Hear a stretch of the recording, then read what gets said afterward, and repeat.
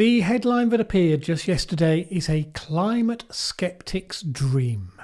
A top climate scientist says that he has to tailor his research papers to an alarmist narrative or else they don't get published. As you can imagine, some have been very quick indeed to jump on this. Ironically, those who jumped on it did so because, it kind of fit their narrative. But never mind that, that's kind of the way of the world. More to the point, is it true? Is this a high integrity whistleblower saying the quiet part out loud? Or is it more complicated? Well, let's have a look. Here's the headline as it appeared on the Mail Online. Top scientist Patrick Brown says he deliberately omitted key fact in climate change piece he's just had published in prestigious journal to ensure woke editors ran it, that 80% of wildfires are started by humans.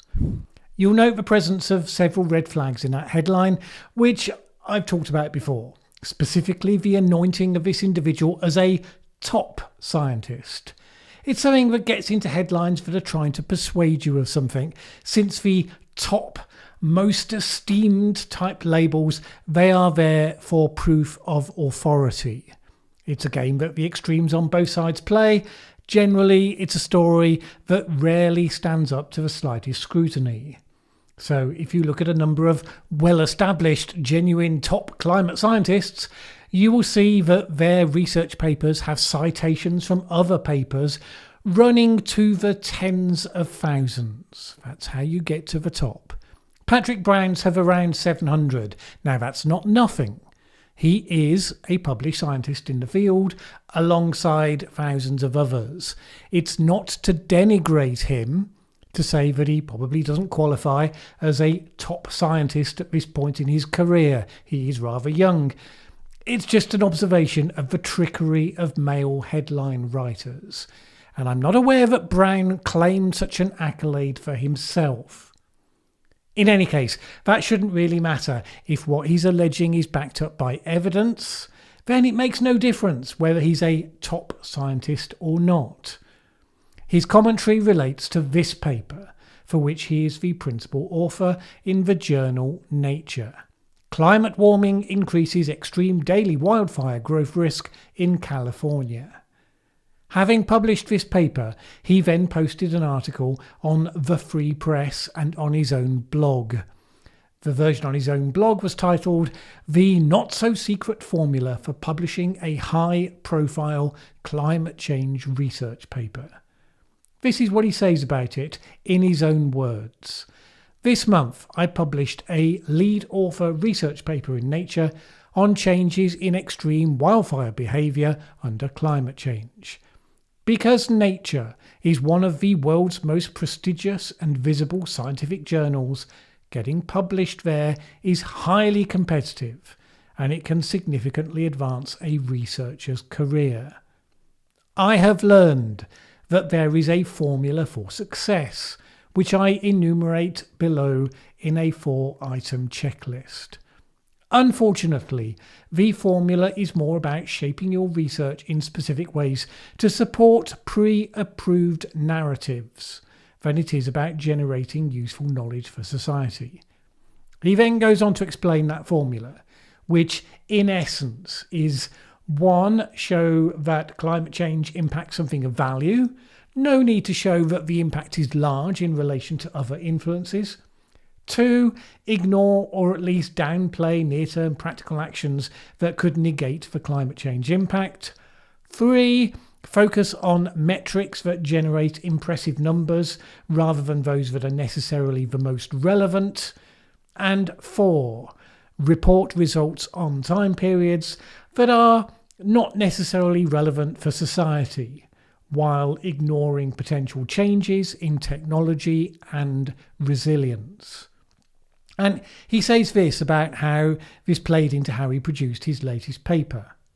"We focused on the influence of climate change on extreme wildfire behaviour, but did not bother to quantify the influence of other obviously relevant factors, like changes in human ignitions or the effect of poor forest management.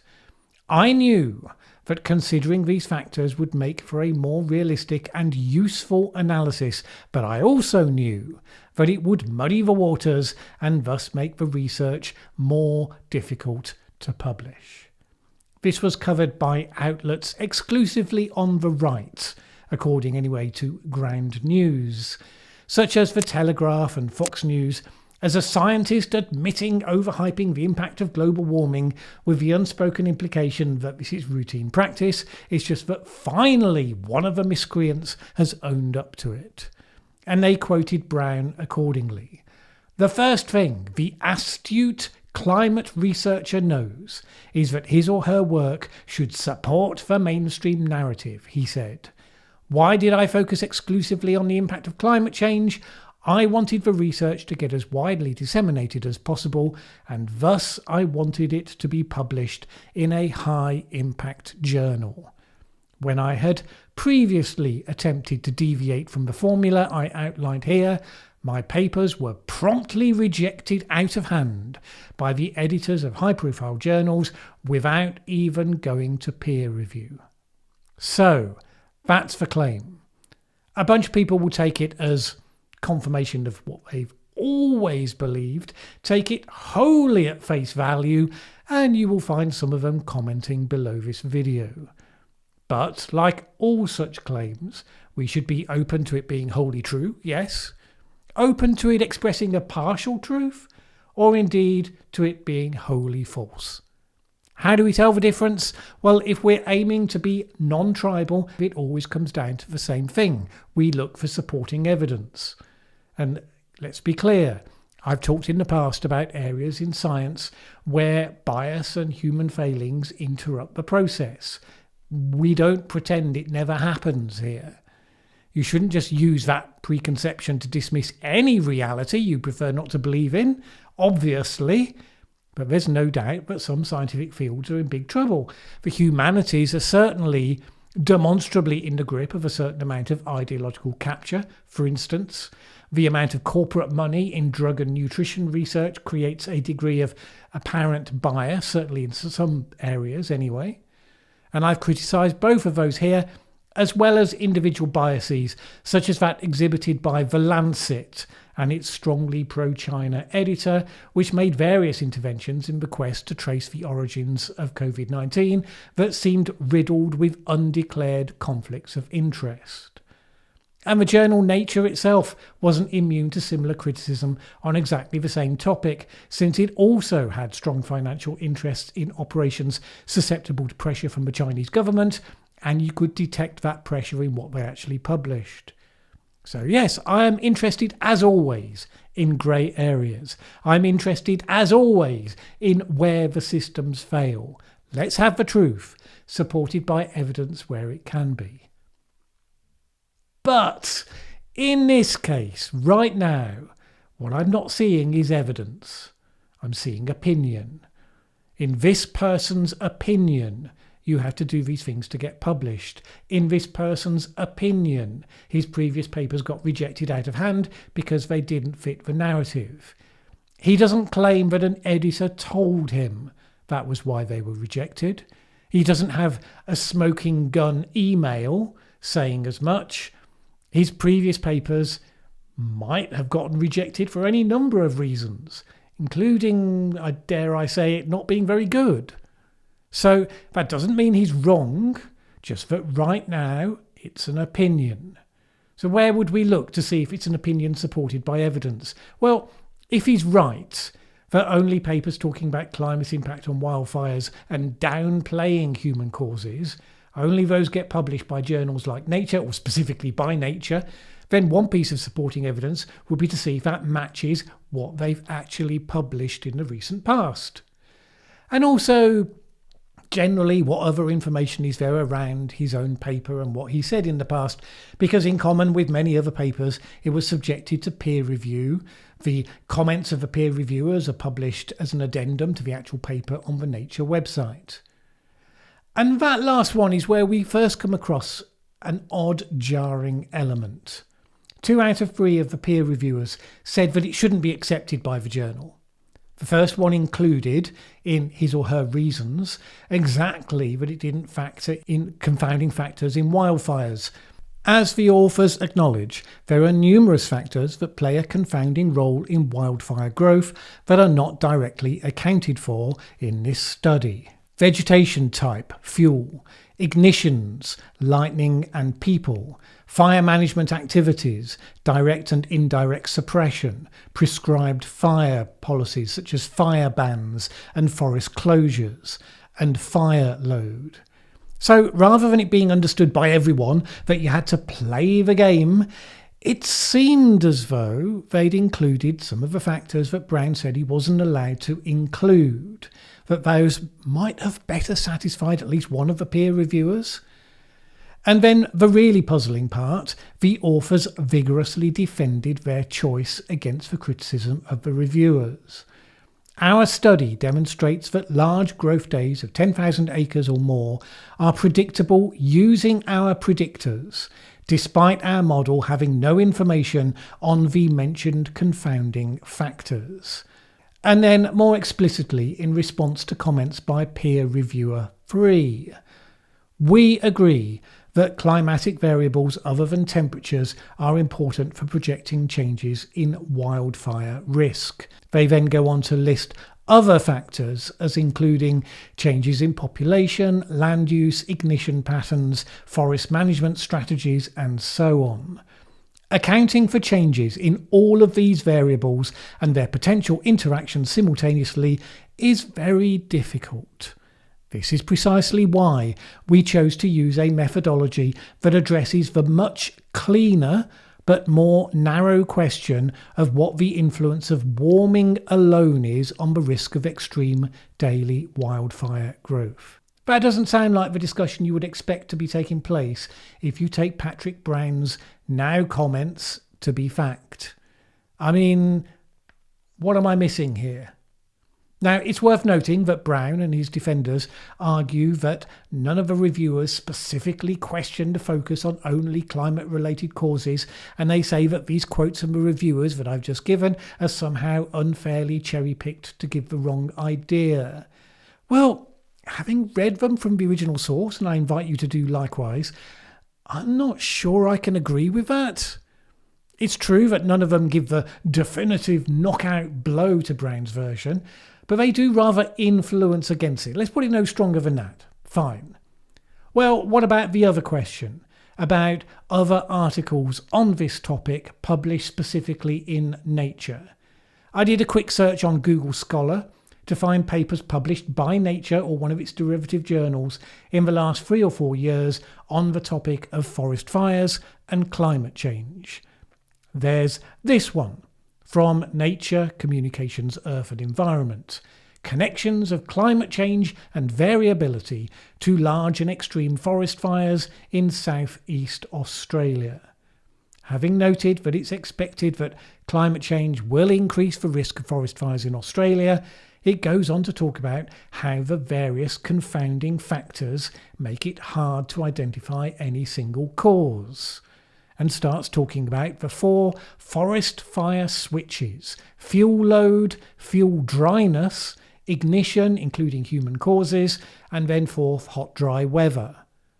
And it goes on to talk about the impact of policy changes and human elements. For example, it says this: since the Industrial Revolution, fire activity globally has transitioned from being primarily climate-driven into an anthropogenic regime where fire occurrence and spread is also influenced by land clearing and landscape management, and by the direct human influence on fire ignition and suppression. In Australia, there has also been a disruption of indigenous land management practices, which included high-frequency, low-intensity burning in some areas. That paper does not seem to follow Brown's suggested formula. How odd that it got published anyway. Or what about this one, published by Nature Scientific Reports last year by Dampage et al. The very 3rd sentence in. Interestingly, a higher percentage of forest fires occur due to human activities. Therefore, to minimise the destruction caused by forest fires, there is a need to detect forest fires at their initial stage. Or how about this one? Projected increases in western US forest fire despite growing fuel constraints, published in Nature 2 years ago. Second sentence in the introduction. Several anthropogenic factors underpin growing wildland fire area, including historically high fuel loads due to a century of fire suppression and outlawing of indigenous burning, less direct suppression tactics to support firefighter safety, and increased fuel aridity due to human-caused climate change. That statement supported by 4 citations of other research. So that's a less than comprehensive literature review, to be fair, specifically of what Nature has published. And every one of the first few that I looked at seemed to contradict Brown's specific assertions related to what you needed to do to get published by Nature. Now here's another puzzling thing. Because Patrick Brown has written before about forest fires on the Breakthrough Institute blog back in August last year. Given recent events, you would expect him to be talking about how forest management practices can help to reduce forest fires. And indeed, that is exactly the focus for the article. So you might also expect him to be bemoaning the absence of such information in the mainstream journals and other sources of the narrative. At least some foreshadowing of his dramatic expose to come. Weirdly, that's not what he says at all. Rather, he points to some of the exact places where you go to as sources to support his argument. And he says this: it is widely accepted that the 2 main contributors to the increase in wildfire activity in the US West over the past several decades are 1, the increase in aridity associated with climate change, a fact he doesn't disagree with, by the way, and 2, ill-advised policies starting in the early 1900s to suppress all fires, including natural wildfires. And in support of that contention, he quotes the 4th US Climate Assessment, which some would have you believe is the uber narrative source. He also quotes this paper, published by Nature, mind, talking about the economic damage of California wildfires, which notes from the start the multiple causes, including drier climate, land and fire management practices, population and economic growth, placing more people in harm's way. This isn't a paper about causes, it just refers to them in passing, but it does so right up front, does so in a way, again, that doesn't seem to fit the constraints that he now argues exist. He references another paper, Valent et al., which starts from the beginning. In many parts of California, past timber harvesting, livestock grazing practices and fire exclusion have changed the fire regime from low to mixed severity to a high severity regime, with an increase in active crown fire. No mention of climate change there at all. And then he writes in his piece this: together, theory, firefighting experience, and rigorous study have led to a strong mainstream consensus within the wildfire science community that reducing fuel loads reduces the likelihood of the types of fires that produce the most smoke, are the least controllable, and are the most likely to kill the forest's mature trees. A strong mainstream consensus. And he gives a string of references to support that.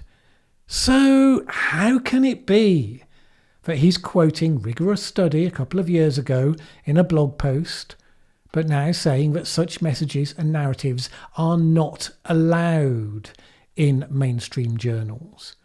Incidentally, climate scientist Zeke Housefather posted that his experience with Nature had been that they were perfectly ready to publish articles that go against the supposed narrative, and in support he quoted 2 of his own. One, a piece arguing against the use of RCP 8.5 as the business as usual scenario, which is exactly one of the biases that everyone always points to, And secondly, another one pointing at the problems of the new generation of climate models running hot. Another thing that supposedly we're never allowed to say. So where does this leave us?